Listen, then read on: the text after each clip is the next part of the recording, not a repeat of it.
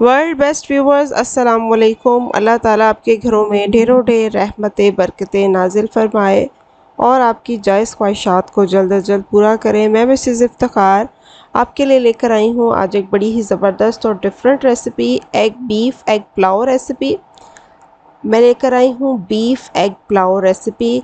इसके अंदर एग्स का इस्तेमाल करेंगे और ख़ूब सारा प्रोटीन जो है वो आज हमारे खाने में शामिल होगा। बहुत इजी रेसिपी है, चलें इसको बनाना स्टार्ट करते हैं।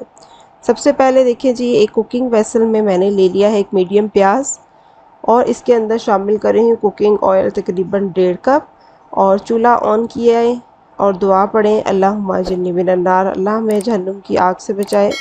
आप भी दुआ पढ़ लिया करें ताकि मेरे लिए भी सदका जारिया हो। अब हमने मीडियम फ्लेम पे प्याज को ब्राउन करना है। जब तक कि ये गोल्डन ब्राउन नहीं हो जाता तब तक हम इसको पकाएंगे और फिर इसके अंदर शामिल करेंगे लहसुन अदरक का पेस्ट तकरीबन 1.5 टेबल स्पून। और लहसुन अदरक को शामिल करके तब तक हिलाना है जब तक कि हमें इसकी अच्छी सी प्यारी सी खुशबू नहीं आती। बहुत ज़्यादा इसको ओवर कुक नहीं करेंगे कि ये जलना स्टार्ट हो जाए।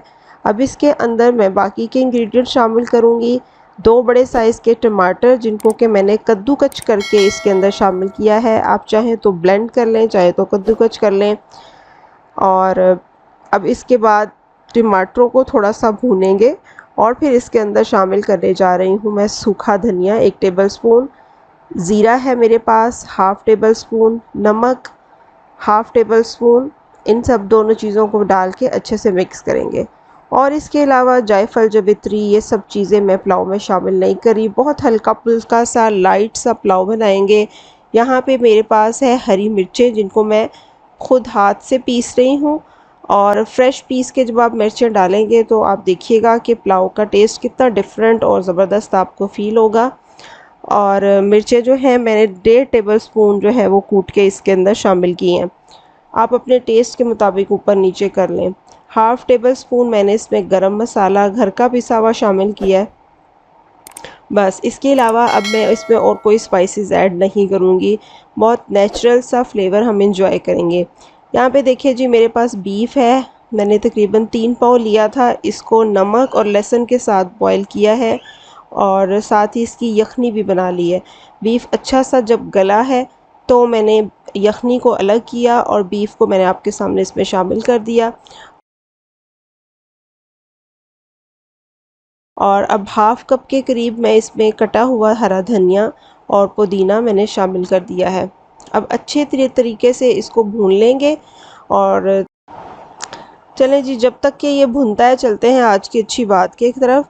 कसीर बिन अब्दुल्ला अपने वालिद अब्दुल्ला रज़ी अल्लाह ताला अन्हु और अपने दादा के वास्ते से रवायत करते हैं कि नबी करीम सल्लल्लाहु अलैहि वसल्लम ने दोनों ईदों के मौक़ों पर कुर्रात से कबल पहली रकत में 7 तकबीरें और दूसरी रकत में 5 तकबीरें अदा की। चलें जी व्यूवर्स, यहाँ पे आप देखें कि गोश्त अच्छा सा भुन चुका है। मीडियम फ्लेम पे मैंने उसे भून लिया और अब मैं इसके अंदर शामिल कर रही हूँ यखनी।